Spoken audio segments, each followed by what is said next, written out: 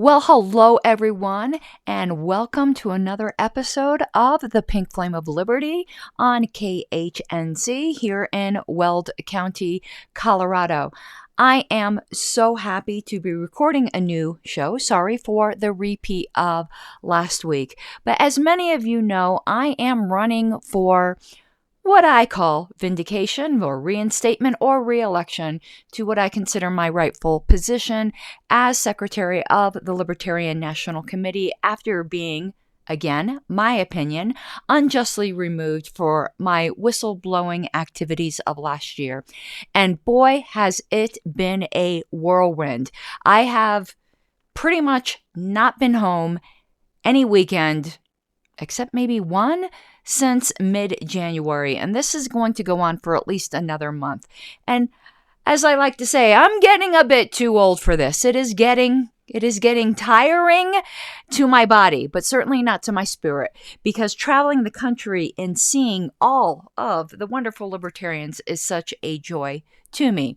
Before we get started today, it's going to be a bit of a potpourri. What I'm planning on talking about so far, but that can always change depending on how long things take, is to start off just in general with some libertarian misconceptions or rhetoric that's used against libertarians on just a short segment of another fellow YouTuber here, at least for now, because I know he's moving to Austin, here in Colorado, by the name of Jimmy Snow, otherwise known as Dear Mr. Atheist or Mr. Atheist. I'd like to talk a little bit about how the all good, all pure, we must stand behind Ukrainian government turned totalitarian, and the slap heard around the world on how Will Smith just slapped the daylights out of Chris Rock for telling a bad joke, and the implications of this,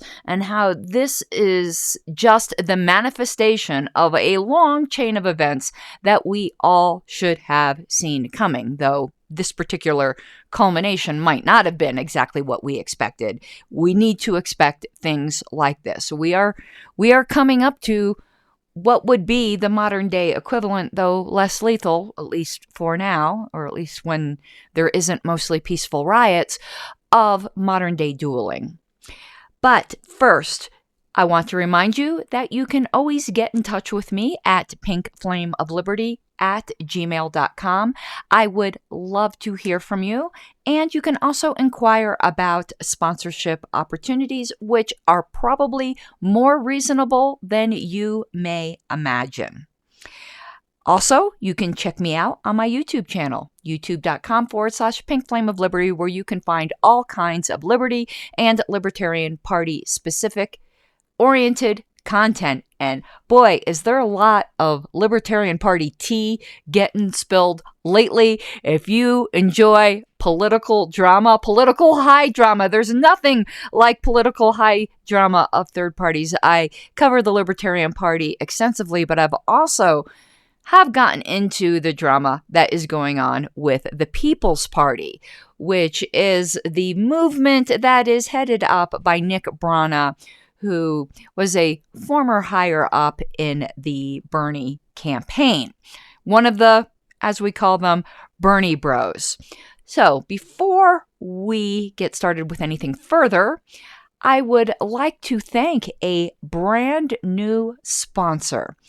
This sponsor is named Asteros, like Fred Astaire. And what this company does is provide cybersecurity services in the form of penetration testing to see the weaknesses of your IT assets, of your business or organization. They specialize in vulnerability management, security awareness training, phishing simulations, security audits, and compliance readiness assessments. And what they are offering is a free attack service audit for your organization or your business for a limited time. This is something I would highly, highly recommend that you take them up on, because really, cybersecurity now has become more important than ever. You could be vulnerable to attack from disgruntled employees or even foreign actors from other countries, if we might have seen with our voting systems. So in order to take advantage of this offer, please visit asteros.com/free. And let me spell that for you. It is ASTEROS, then .com/free. And let them perform an initial fact-finding discovery mission to see some vulnerabilities that your organization or business may have. Thank you very much, Asteros, for your sponsorship. It helps keep the show going. Now, let's get to that clip from Jimmy Snow of Colorado, otherwise known, again, as I said, as Dear Mr. Atheist. And let me set up what is going on here. Jimmy likes to provide critiques of Christians. He is what I call an evangelical atheist, and also tends to pick on low-hanging fruit. And the young lady he is critiquing at this point is somebody by the name of Bethany, who is one of the hostesses of a show called Girl Defined. Now, this isn't really a religious critique. He segues from her musings, her philosophical musings on whether or not our purpose in life is to be happy, or whether or not, we're owed happiness by the divine. And he segues this into a really odd political point that I find very strange, but I wanted to talk about it. So here is the clip. But the thing that gets me is, for how long? Happiness is very temporary and circumstantial and shallow. To be honest, No, it's not. This is not the jaw dropper. It's coming. That's not what people are talking about. We are talking about seeking a long-term happiness. And by the way, she is going to show that she's going to contradict herself in a way that most people, when listening, won't understand. Happiness, we're not just talking about temporary elation. We're not just talking about, the idea is a happy existence, which can still mean I'm stressed about these things are tough in my life, but I am at a positive place. Okay, I'm stopping right here for a second, because everything he had just said I agree with, but I don't think she would disagree with either. It's a complete straw man. Jimmy tends to do this quite a bit, and I'm not the only person who has noticed this, but it's leading up into the point that I really want to address. But I just wanted to say that right there, that if you do go find his show and this particular critique, you will find that he is just super, super reaching to try to find a way to criticize Bethany. And I do not agree with fundamentalist Bethany on very many things, but really picking apart her musings on the nature of existence and happiness, I just found just completely a complete reach, like a complete try hard. Jimmy is just trying way too hard. But listen to where he goes with this. My life. I like me. And it's a thing that all people deserve. And I'm not surprised that a person like this, who is so privileged and was born into such privilege, doesn't understand that and grasp that. Okay, let's stop for a second. Jimmy, compared to most of the world, you are constantly harping about privilege. And I agree. We here in America, you and I, and Bethany, we are very privileged. But you're always harping on other people's privilege without realizing how absolutely tone deaf you would see to the majority of the population of the rest of the world. You are wealthy beyond belief. And the way that you are just looking down your nose at Bethany for having just this simple philosophical musing she's having in her car because she is so privileged, you are forgetting the difference between you and her to the most of the world is minuscule. You are as wealthy as a king to so many people living in desperate poverty. Because she still comes from an ideology which doesn't think that we should use, for example, taxes to guarantee a bare minimum standard of living for all people to make sure that happiness is achievable to all people, not just people who are born, or not mostly just people who are born with certain circumstances and certain spoons in their mouths.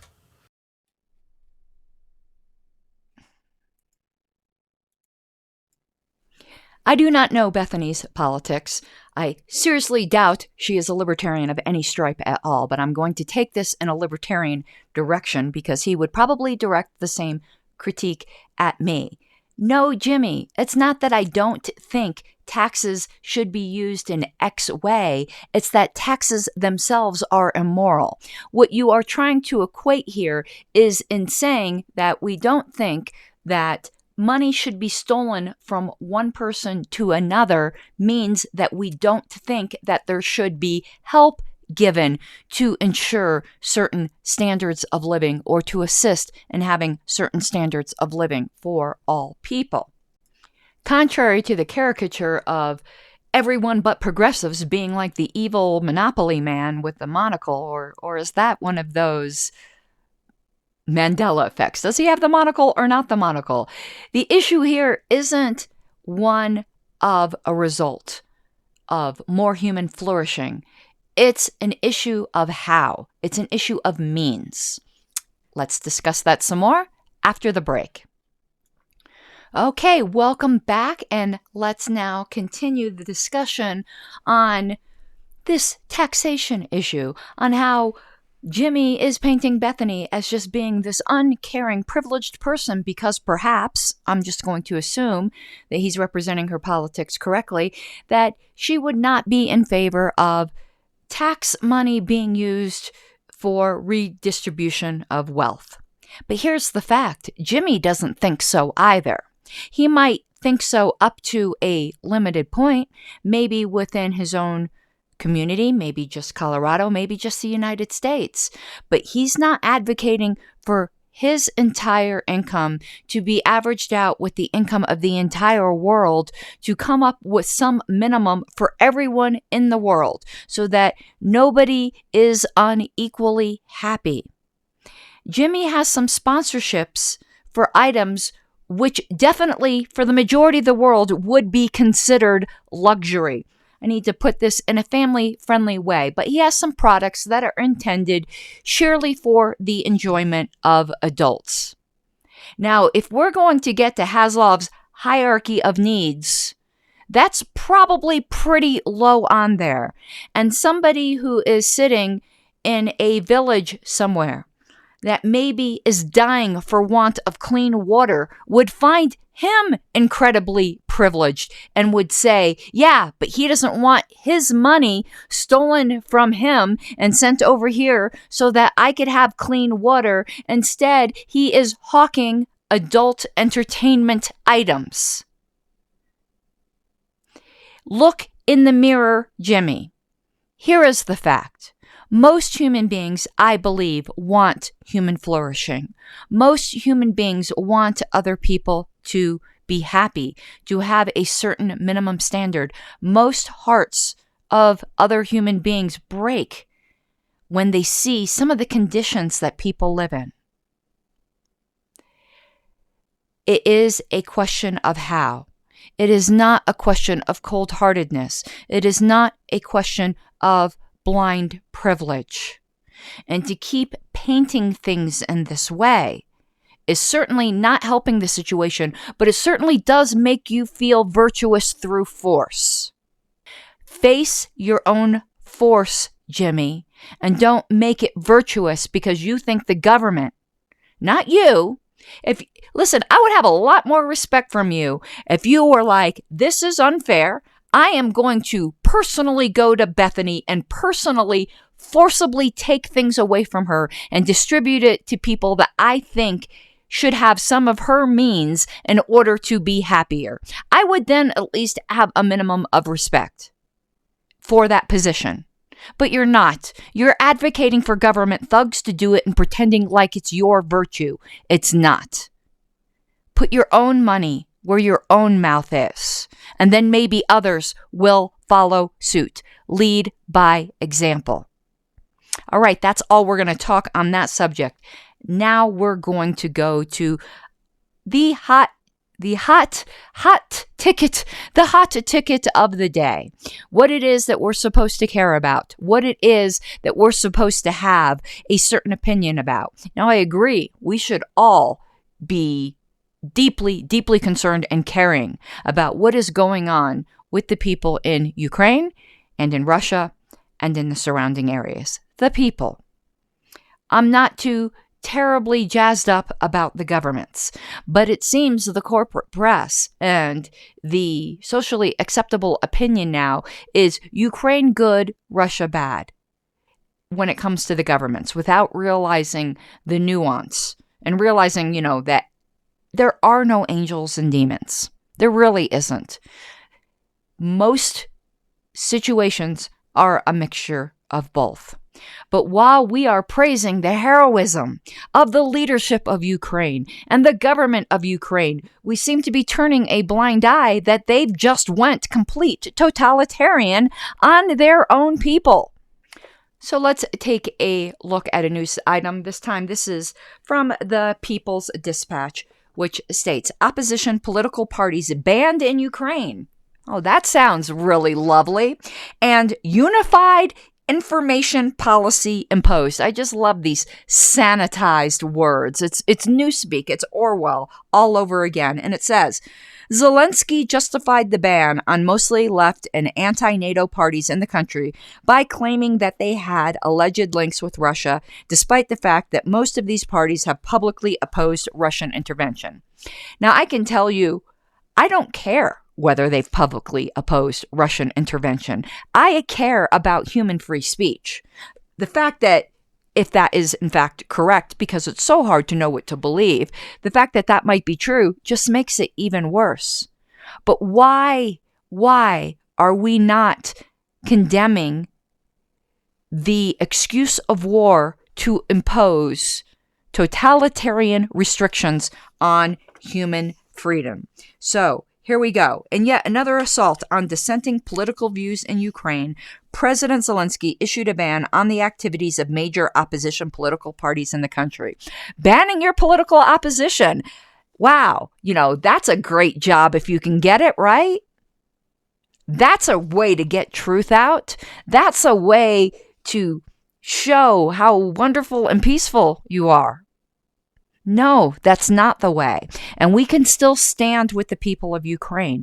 We can still stand against aggression. We can still stand against putting humanity on the brink of potential nuclear war without, wink, wink, putting our fingers behind our back and crossing our fingers on totalitarian actions.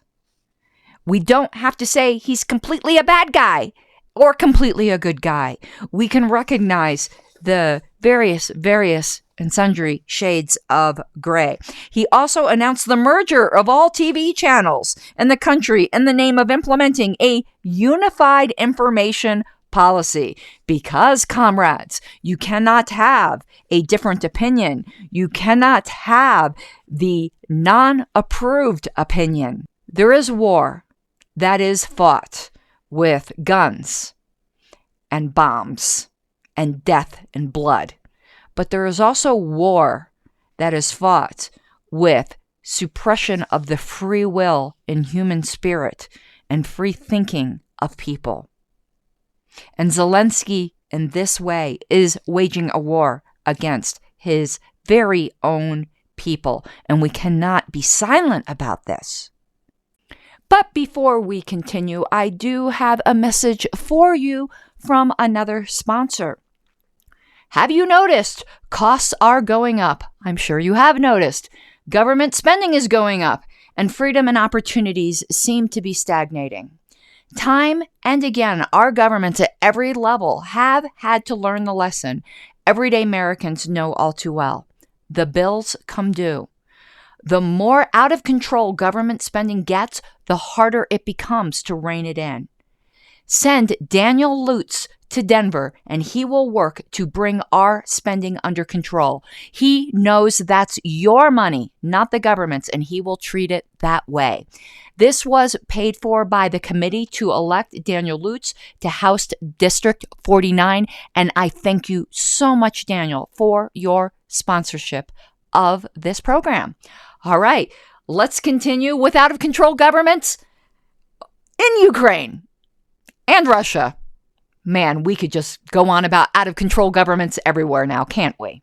So the 11 political parties banned include the Opposition Platform for Life, which has 39 seats in the 450-seat Ukrainian parliament, and others are the Party of Charity, Nashi, Left Opposition, Union of Left Forces, and Socialist parties. Several of these are left-wing parties and have been opposed to the Ukrainian membership of NATO and the European Union, which of course is in opposition to the opinion of Zelensky.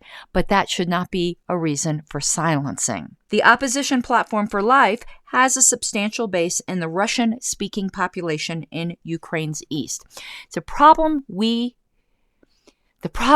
have here is we're tending to view Ukraine in this very just homogenistic way, not realizing that not everyone is as opposed to becoming part of Russia. There are some elements in Ukraine which do.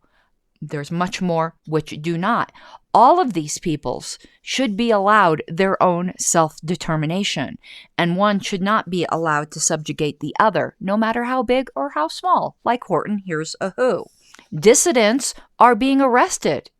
They're being put on house arrest for merely having a different point of view, for saying words, which is going to come into our next segment, for not actual violence. And I'm going to read a commentator on Twitter who criticized this particular move because I happen to agree with him. I don't know who this person is, so I'm not endorsing any other opinions, but it's from a gentleman by the name of Steve Howell, who said, Ukraine has just banned 11 opposition parties, most of them left-wing, in addition to the ban on communist parties since 2015. If these parties have no support, why are they a threat? And if they have support, why hasn't there been a hint of this in our media until now? Why? That's an excellent question, Mr. Howell. And then another commentator, Richard Medhurst, if Putin banned 11 opposition parties under the pretext of war, just as Zelensky has done today, Western media would be likening it to a Stalinesque purge. Yes, they would. And you know it, and I know it. Okay, we will wrap this up after the break, and after that, we will talk about the not-so-fresh prince, or maybe the too fresh prince of Bel-Air that needs to get sent back to his auntie and uncle. Okay, welcome back, and we are continuing briefly on the Ukraine-Russia discussion. As I had brought up before, there are a lot of complications here, which we tend to smooth over. And the fact is that Zelensky has been very, very cozy with extreme right-wing groups in opposition or in contradiction or in stark contrast to his intolerance of the left-wing groups, neither of which I'm a fan of. But there have been actual neo-Nazi groups in Ukraine. This is just simply a fact. It's also stated in this article. And this should be something that at least some people in the audience would have some sympathy to, where they see American history being destroyed, even if we find it American history that is uncomfortable or that may remind us of things that have happened in our past that we certainly are not proud of, such as slavery. So it says the Ukrainian government has also shown a strong hatred towards the country's Soviet past and has taken controversial steps to erase its memory from the public domain. None of this is conducive to human freedom. So before the war began on February 24th, Zelensky had already banned for 5 years the activities of at least 3 TV channels. This is totalitarianism, folks. We would rightly condemn the same things going on in Russia. It also banned the Communist Party, alleging that it supported separatism and ethnic conflict after it took positions in favor of Russian annexation of Crimea. Taking positions and having opinions is not grounds for banning, for violence, or for oppression. So, just wanted to say that things are not quite as rosy and simple as the Western media would have it appear. Now, we're going to do a somewhat interesting, at least I think interesting, segue into tying this into the slap of Chris Rock by Will Smith. But before we do, are you in the market to buy or sell your home? I would hope that you would consider engaging a liberty-loving realtor that I can vouch for on the highest terms. Of course, that is my husband, Wayne Harlos of the Harlos Real Estate Team. I have bought and sold several homes in the past, and never did any realtor take the time and care that I have witnessed Wayne taking with his clients. In fact, my experience, and perhaps yours as well, has been that particularly if you're a first-time home buyer or one that is buying or selling on the lower end of the market, that realtors have bigger fish to fry and spend the least amount of time possible with you. But that is not how Wayne operates. Getting a good and caring realtor is one of the most important decisions you can make, so please consider giving Wayne a call at 303-229-3435 or emailing him at wayne@harlosrealestateteam.com. If he doesn't service your area, he will help you find a good agent. And even if you are not quite yet ready to buy or sell, he is still there to offer you advice. I thank you so much for supporting my husband and myself in these endeavors. Again, mentioning support of myself, if you also would like to consider becoming a sponsor of this show, please get in touch with me at pinkflameofliberty@gmail.com. And of course, you can always use that email address for questions or comments. So let's do this segue. I didn't come up with it. Reason Magazine did, but it was brilliant. And it's entitled, Will Smith and Joe Biden Both Messed Up. I wonder how we're going to make this connection. So let's check this out. It says that the editors of Reason in a recent video roundtable mentioned that Will Smith slapped Chris Rock at the Oscars and Biden calls for regime change in Russia. This led to a listener question, which was, do you think the U.S. has moved from a society of tolerance to one of forced acceptance?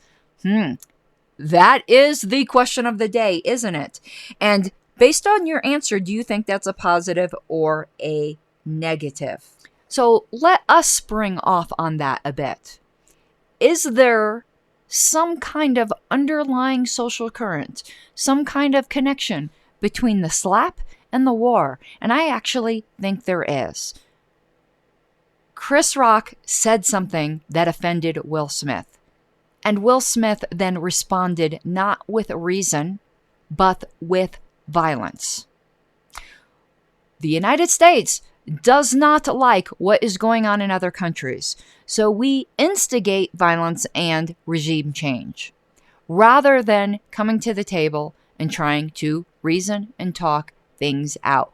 I do think this is all part of an underlying cultural trend. So, about that slap. This reminds me back when the alt-right was a thing. And contrary to MoveOn.org and some of the hysterical emails that I get, the alt-right is no longer a thing. I don't even think anyone can even possibly give any kind of meaningful definition of that today. But do you remember when there was that neo-Nazi person? I do not even remember his name, but he was giving an interview and someone just walked by and punched him. And there was that whole conversation. Can you just punch a Nazi? Is it okay to punch a Nazi? When all they are saying is words.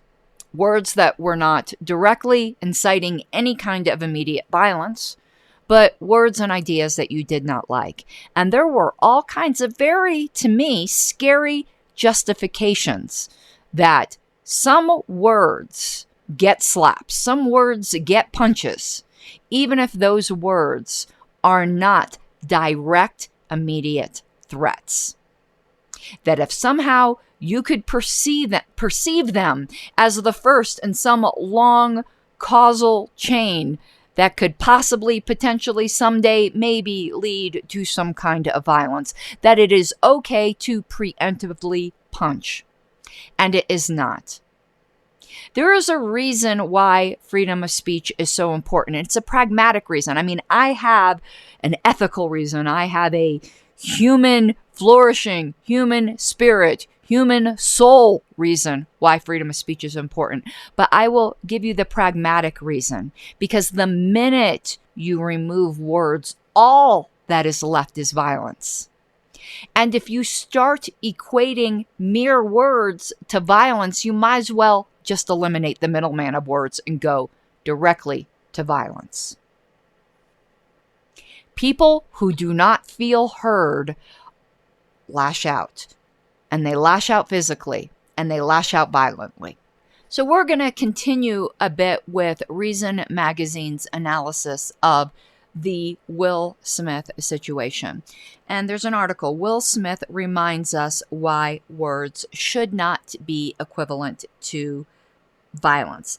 And I actually want to read this. It's not long, and we'll stop and comment in between. It says, last night, of course, this is right after it happened, at the Oscars, Chris Rock made a dumb joke about Jada Pinkett Smith, which prompted her husband, Will Smith, to walk up on stage and slap him across the face.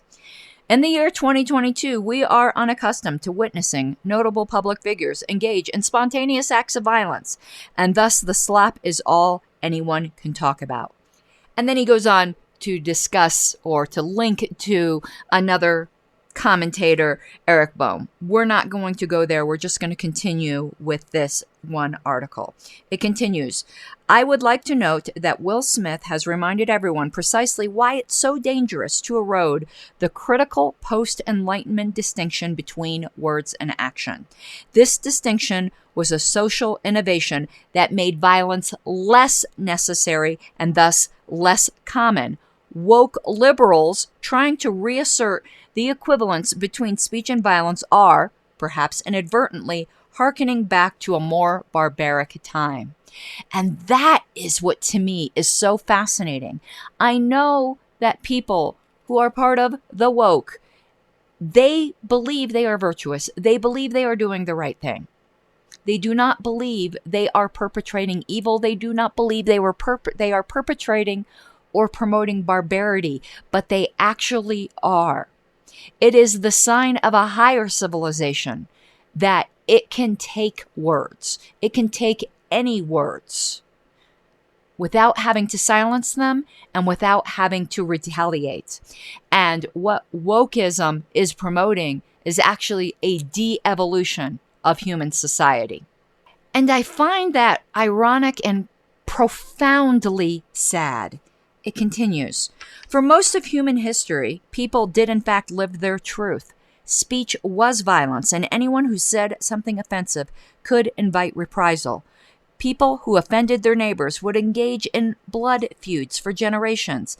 People who offended the political authorities could be dismembered. People who offended the religious authorities could be burned to death. Speech was not viewed as some special, separate category of behavior. Impugning another person's reputation could be considered a provocative act, the same as striking him in the face. We do not want to go back to those times. That was one of the marvelous innovations of the American experiment and our adherence to the dignity and almost the sacredness of free speech.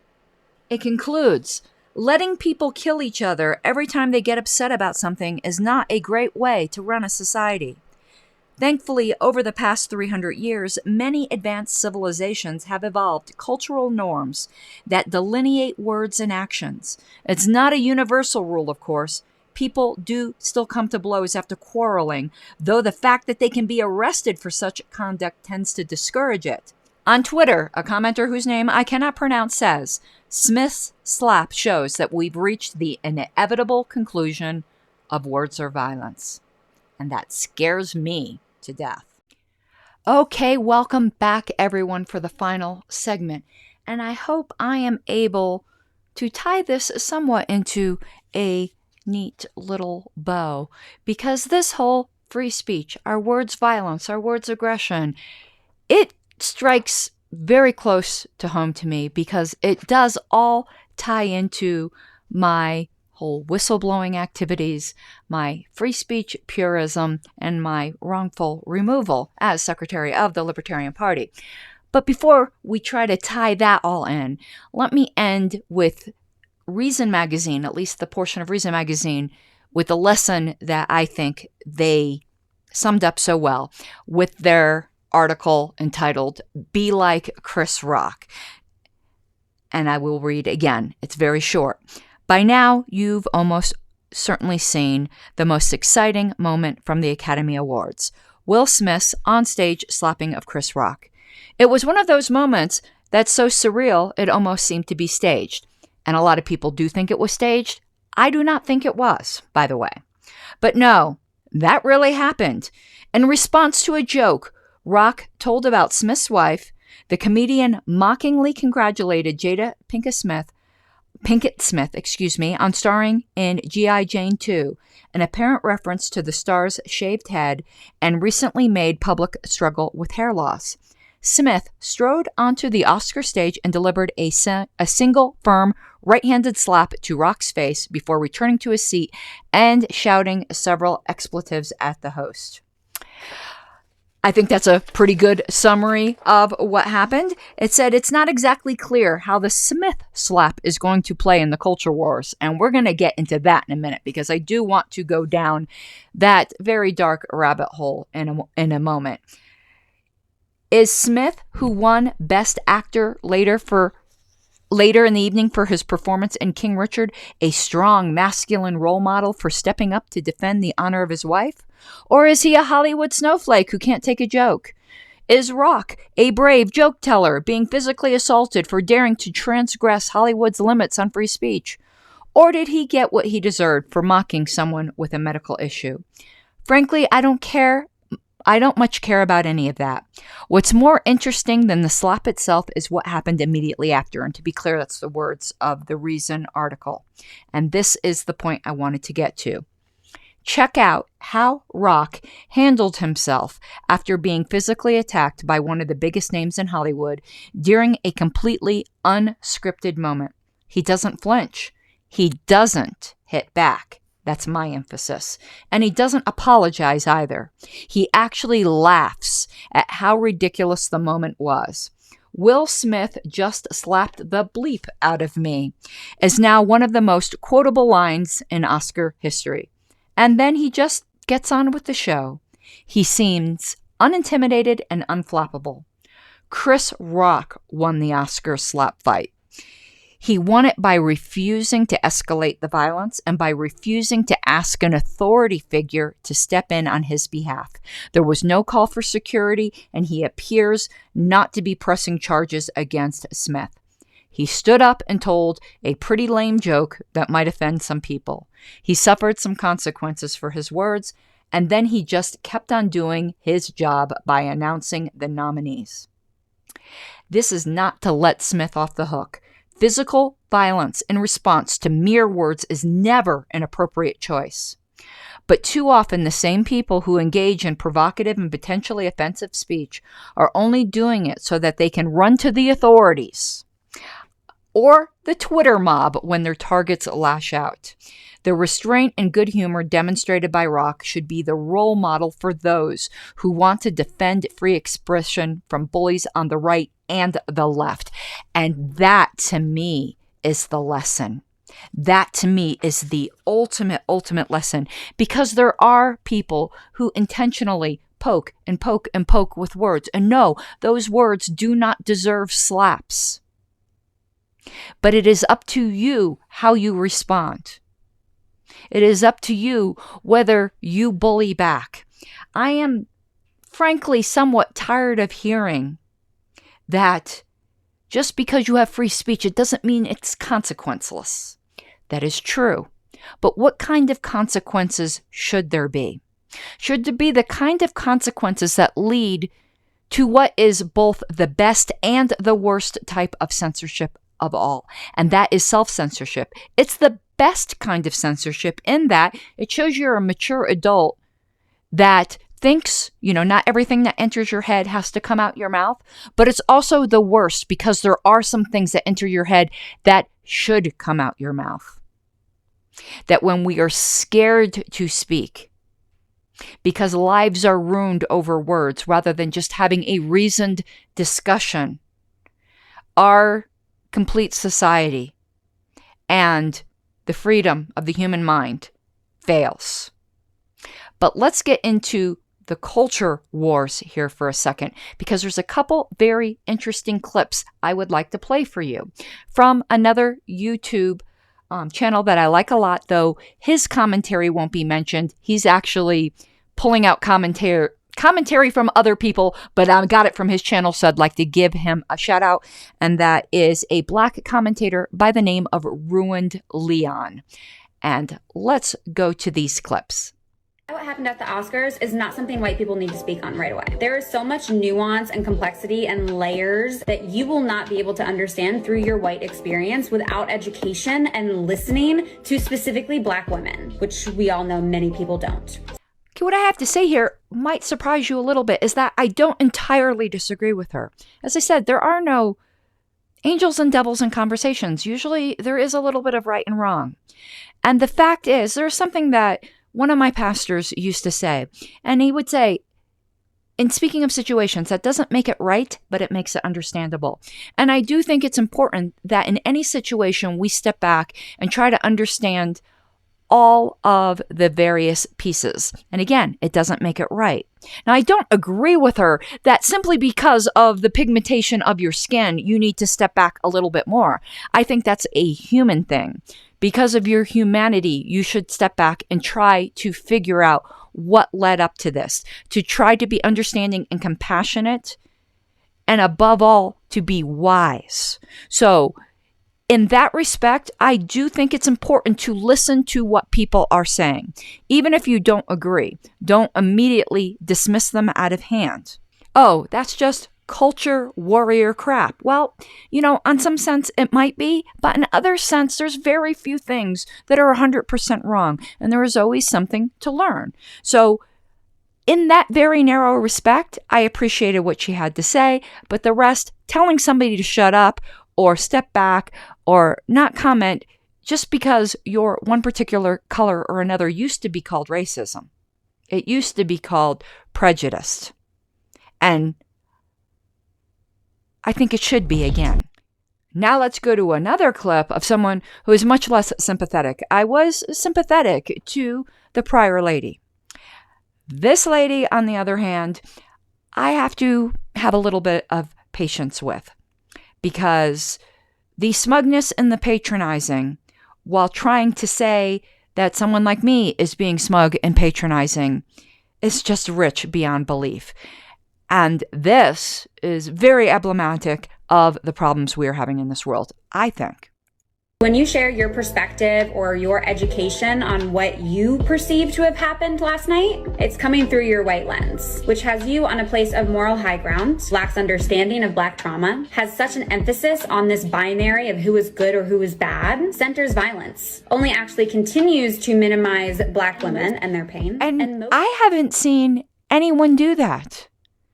And how about we just get back to human pain? Because what you fail to see through your white lens was the actual violence occurring. The continued violence that is ableism and that is misogynoir. So, the slap wasn't the actual violence. That sting on your cheek, Chris Rock, for merely telling a joke, you imagined it. You are the violent one. Oh my goodness. I have no words for this insanity. You, dear lady, are a barking moonbat. And now for a clip I think really shows some words of wisdom. The lengths people will go to avoid holding people accountable for their actions is astounding. Because this involved two Black men, this is Black people business. I was not aware that ABC was so technologically advanced that they only broadcast this to Black people TVs. The whole world saw it. You're gonna tell people they can't talk about what they saw? Why are we trying to make this a race issue? What conversation are you trying to avoid? That's my question. I saw this on Twitter last night or early this morning. Black emotions scare white people, that is clear.